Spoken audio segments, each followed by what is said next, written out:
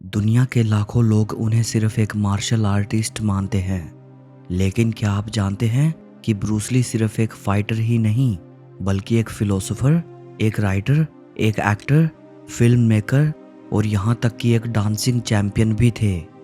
वो शख्स इंसानों की दुनिया में एक सुपर ह्यूमन जैसा था। इतना तेज इंसान कि कैमरा भी उनकी स्पीड को पकड़ नहीं पाता था, और इतना पॉपुलर कि आज भी हॉलीवुड उन्हें गॉड ऑफ मार्शल आर्ट्स कहता है। इस वीडियो को आखिर तक ज़रूर देखना। आज आप ब्रूस ली की ज़िंदगी से जुड़े 35 ऐसे फैक्ट्स जानोगे जो शायद ही आपने पहले कभी सुने होंगे। नंबर 1, ब्रूस ली के माता पिता मूल रूप से चाइना से थे, लेकिन वो 1930 के दशक से हांगकांग में रहते थे, क्योंकि हांगकांग में उनके लिए व्यापार और रोजगार के बेहतर अवसर थे। ब्रूस ली के पिता ली होई चुआन एक चाइनीज ओपेरा आर्टिस्ट थे और हांगकांग में उनका काम अच्छा चल रहा था। ब्रूस के पिता 1939 में अपनी पत्नी के साथ ओपेरा टूर के लिए अमेरिका आए और अमेरिका में उन्होंने न्यूयॉर्क और सैन फ्रांसिस्को में शो किए। इसी टूर के दौरान 27 नवंबर 1940 को अमेरिका के सैन फ्रांसिस्को शहर में ब्रूस ली का जन्म हुआ। अब ब्रूस ली के जन्म के कुछ ही समय बाद उनकी फैमिली को वापस हांगकांग लौटना था। इसीलिए ब्रूस ली के जन्म के वक्त उनकी मां ने ब्रूस ली को नाम दिया ली जुन फान। इसका अर्थ होता है वापस आने वाला। ब्रूस ली को उनकी मां ने ये नाम इसलिए दिया क्योंकि उनका विश्वास था कि उनका बेटा एक दिन वापस अमेरिका आकर बड़ा नाम कमाएगा। नंबर 2, ब्रूस ली को ब्रूस नाम हॉस्पिटल की एक नर्स ने दिया था, जो नाम बाद में उनकी पहचान बना। नंबर 3, चाइनीज कैलेंडर के अनुसार हर एक साल एक ज़ोडिएक एनिमल से जुड़ा होता है, और इन सब में सबसे रहस्यमयी और सबसे दिव्य ज़ोडिएक एनिमल माना जाता है ड्रैगन। जिस साल ब्रूस ली का जन्म हुआ था वो चाइनीज कैलेंडर के हिसाब से मेटल ड्रैगन ईयर था, जो कि सबसे पावरफुल माना जाता है। ना सिर्फ कैलेंडर ईयर बल्कि ब्रूस का जन्म ड्रैगन आवर में हुआ था, शाम के 6 बजे से 8 बजे के बीच, जो चाइनीज एस्ट्रोलॉजी में सुपर ऑस्पिशियस माना जाता है। उनका चाइनीज नाम ली सियू लंग था, जिसका मतलब होता है little dragon. Number 4, Bruce Lee की मां ग्रेस हो एक रईस खानदान से थी, पर वो अपने पिता की तरफ से आधी जर्मन थी, और इस वजह से ब्रूस को अपने बचपन में रेसिज्म का सामना करना पड़ा, क्योंकि उन्हें प्योर चाइनीज ब्लड नहीं माना जाता था। नंबर 5, जैसा कि मैंने बताया कि ब्रूस ली के पिता एक चाइनीज ओपेरा आर्टिस्ट थे। अपने पिता की वजह से ब्रूस ली को बचपन से ही फिल्म्स और स्टेज का एक्सपोजर मिला। 3 महीने की उम्र में ब्रूस ने एज अ चाइल्ड एक्टर अपनी पहली फिल्म की। फिल्म का नाम था गोल्डन गेट गर्ल, जो 1941 में अमेरिका में रिलीज हुई थी। नंबर 6, ब्रूस ली ने 6 साल की कम उम्र में ही एक्टिंग शुरू कर दी थी, और 18 साल की उम्र तक वो 20+ मूवीज में काम कर चुके थे।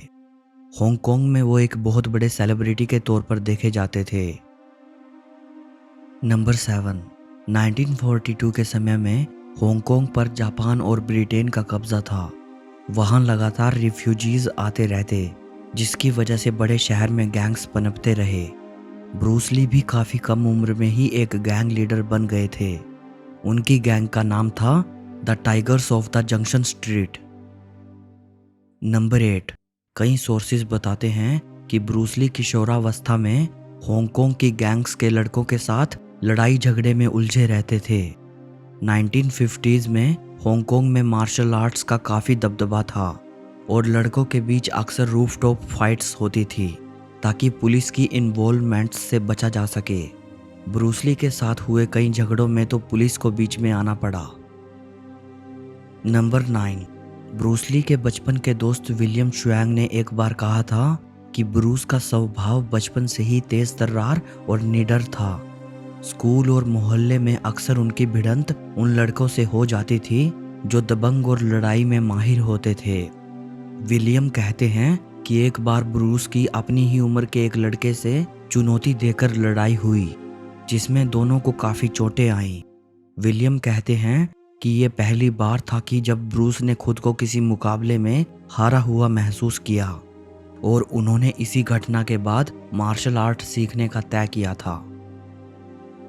नंबर 10, ब्रूस के पहले मास्टर यिप मैन थे।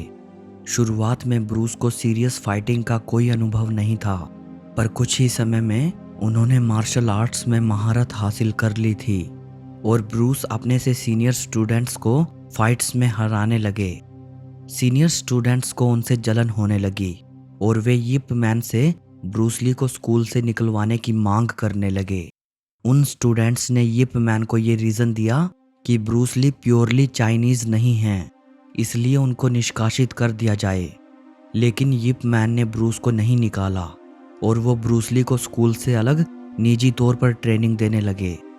यिप मैन के पास बहुत शिकायतें आईं और मजबूरी में उनको ब्रूस को सिखाना बंद करना पड़ा। नंबर 11, ब्रूस यिप मैन की काफ़ी इज्जत करते थे। सुपरस्टार बनने के बाद एक बार उन्होंने कहा था, मेरी अचीवमेंट्स मेरे गुरु यिप मैन द्वारा सिखाए गए विंग चुन स्टाइल के बदौलत है। नंबर 12, विलियम शुएंग और ब्रूस हमेशा साथ में ही मार्शल आर्ट प्रैक्टिस करते थे। वो दोनों स्ट्रीट फाइट्स से बचकर ट्रेनिंग करते थे, पर एक बड़ी फाइट और पुलिस वार्निंग के बाद दोनों ने हांगकांग छोड़ने का फैसला किया। 1958 में विलियम ऑस्ट्रेलिया चले गए और ब्रूस के माता पिता ने उनको यूएसए भेज दिया, जहां ब्रूस एक्टिंग भुलाकर पूरा ध्यान मार्शल आर्ट्स पर देने लगे। नंबर 13, ब्रूस ने हांगकांग में 3 साल तक छा छा डांस की ट्रेनिंग ली थी। 1958 में सिर्फ 18 साल की उम्र में ब्रूस ली ने हांगकांग छा छा डांसिंग चैंपियनशिप जीती। ब्रूस हमेशा अपने साथ चा चा डांस स्टेप्स की एक पॉकेट नोटबुक रखते थे, जिसमें 100 से भी ज़्यादा चा चा स्टेप्स लिखे हुए थे। ब्रूस कहते हैं, डांस ने मुझे रिदम, फुटवर्क और फ्लो सिखाया, जो मेरी फाइटिंग में काम आया। नंबर 14, 1958 में अमेरिका आने के बाद और 1 साल सैन फ्रांसिस्को रहने के बाद साल 1959 में ब्रूस सिएटल शहर आ गए, जहां वो अपनी एक फैमिली फ्रेंड रूबी चाओ के साथ रहते थे। ब्रूस अमेरिका सिर्फ $100 के साथ आए थे। रूबी चाओ ने उनको अपने रेस्टोरेंट पर काम दिया, पर इस काम से उनका गुजारा नहीं हो पा रहा था, इसलिए उन्होंने वहां के लोकल्स को चाचा डांस फॉर्म सिखाना शुरू कर दिया। नंबर 15, ब्रूस की जिंदगी में एक्टिंग की धुन फिर से जगी द ग्रीन हॉर्नेट नाम के शो से, जो साल 1966 में आया था। वो एक मार्शल आर्ट एक्सपर्ट का रोल कर रहे थे। उन दिनों रेसिज्म के कारण एशियंस को हॉलीवुड में कोई बड़ा रोल नहीं मिल पाता था, पर ब्रूस ने अपने लाइटनिंग फास्ट मूव्स और ऑन स्क्रीन कैरिज्मा से सबका ध्यान आकर्षित किया। ब्रूस बाद में कहते हैं, Green Hornet was not my breakthrough, it was just my warning shot. Number 16, Bruce का मैक्सिमम वेट 72 किलोग्राम तक ही जा पाया था। वो स्मोकिंग और अल्कोहल के खिलाफ थे और अपनी डाइट को लेकर काफ़ी सीरियस थे। वो सप्लीमेंट्स और शेक्स को अपनी डाइट में इंक्लूड करते थे। जब वो मरे तब उनका वज़न बस 56 किलोग्राम था। Number 17, Bruce Lee Muhammad Ali से बेहद इंस्पायर्ड थे। ब्रूस के पास अली की फाइट्स की कई वीडियोस थी, जिन्हें वो प्रोजेक्टर पर बार बार चलाकर अली की फुटवर्क और पंचिंग टेक्निक का विश्लेषण करते थे। उन्हें मोहम्मद अली के लाइट बाउंसी फुटवर्क और फ्लूइंग पंचेस काफ़ी इंस्पायर करते थे। ब्रूस ली अक्सर कल्पना करते थे और अली के बॉक्सिंग स्टाइल को चुनौती के रूप में देखते थे। 1970 के दशक में उन्होंने कई बार अपने स्टूडेंट्स और मित्रों से कहा था कि अगर उन्हें कभी अली जैसे किसी फाइटर से लड़ना पड़ जाए तो उन्हें अपने फुटवर्क और मूवमेंट को और बेहतर बनाना होगा, क्योंकि अली की रीच और स्पीड बेहद खतरनाक थी। नंबर 18, ब्रूस ने कभी भी ऑफिशियल जापानीज कराटे नहीं सीखा, पर उन्हें हर एक कराटे टर्म का नाम पता था और वो हर मूव्स को काफ़ी एक्यूरेसी के साथ कर सकते थे। नंबर 19, ब्रूस ली की नज़र बचपन से कमज़ोर थी और वे चश्मा पहनते थे। इसके बावजूद वे तेज रिफ्लेक्सेस और हरकतों को पहचानने में माहिर थे।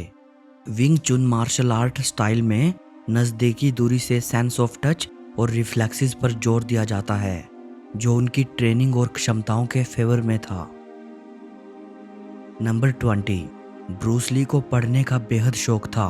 उनकी अपनी प्राइवेट लाइब्रेरी में 2500 किताबें थी, जिनमें फिलॉसफी, साइकोलॉजी, फिजियोलॉजी और मार्शल आर्ट्स पर उन्होंने डीप स्टडी की थी। नंबर 21, टाइम्स मैगजीन ने ब्रूस ली को one of the 100 most influential people of 20th century में शामिल किया था और साल 2014 में the Houston boxing hall of fame ने उन्हें the greatest movie fighter ever का खिताब दिया। उनका नाम हॉलीवुड वॉक ऑफ फेम में भी लिखा है। नंबर 22, ब्रूस ली अपनी अद्भुत ताकत और फिंगर स्ट्रेंथ के लिए मशहूर थे। 1964 में लॉन्ग बीच कराटे चैंपियनशिप में उन्होंने सबके सामने सिर्फ 2 उंगलियों पर पुशअप्स करके सबको हैरान कर दिया था। नंबर 23, एक और टेक्निक जिसमें ब्रूस ली ने महारत हासिल की वो थी द 1 इंच पंच। सिर्फ 1 इंच का फासला, लेकिन ऐसी ताकत जो किसी को 6 फीट दूर धकेल दे। हाथ की सिर्फ एक छोटी सी मूवमेंट से पूरी बॉडी की पावर एक जगह कॉन्सेंट्रेट करना। ये कोई जादू नहीं था, ये ब्रूस ली की साइंस ऑफ मोशन थी। उन्होंने दिखाया कि पावर डिस्टेंस से नहीं बल्कि फोकस और कंट्रोल से आती है।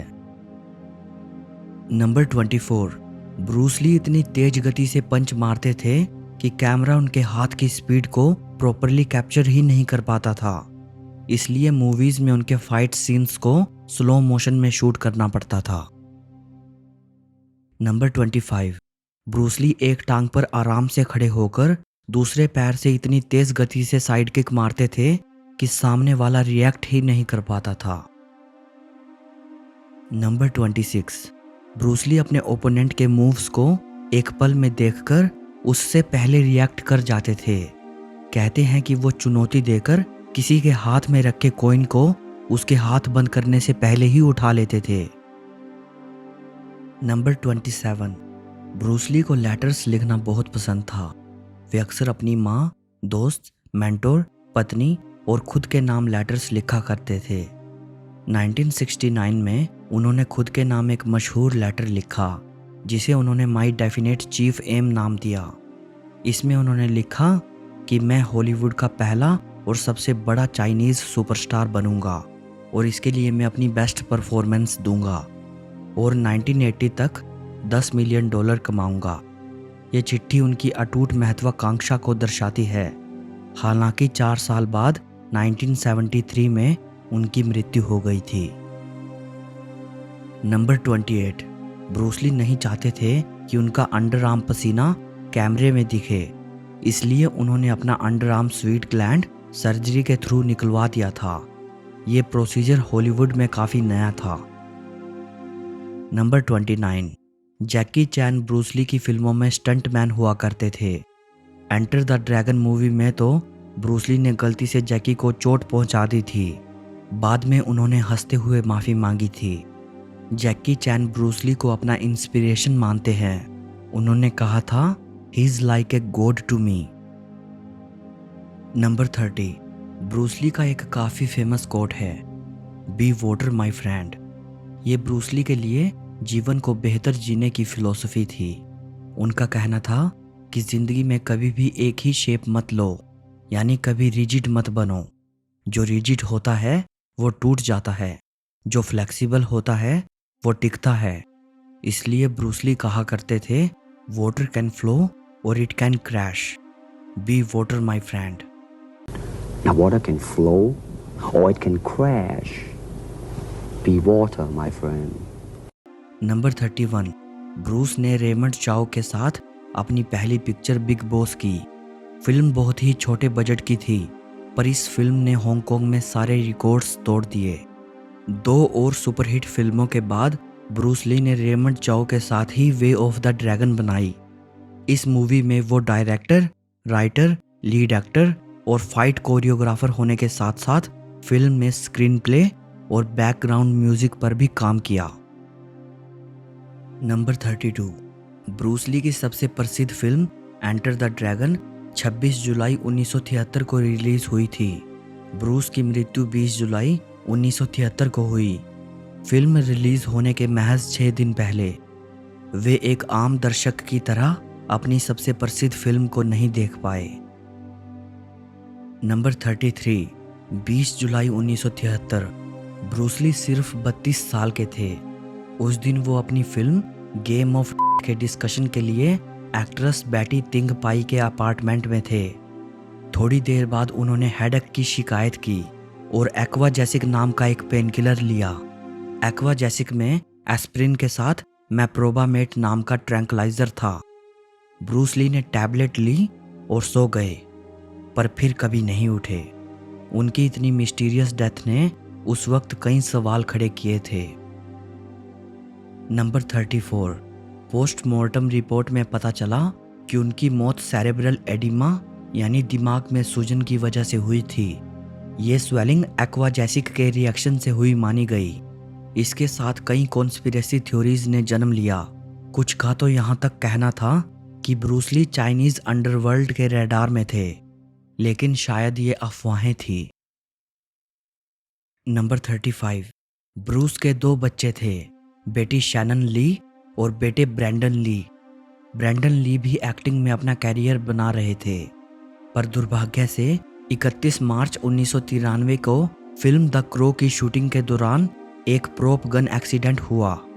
गोली में गलती से असली मेटल फ्रैगमेंट रह गया था, जिससे ब्रैंडन के सीने में चोट लगी और उनकी मौत हो गई।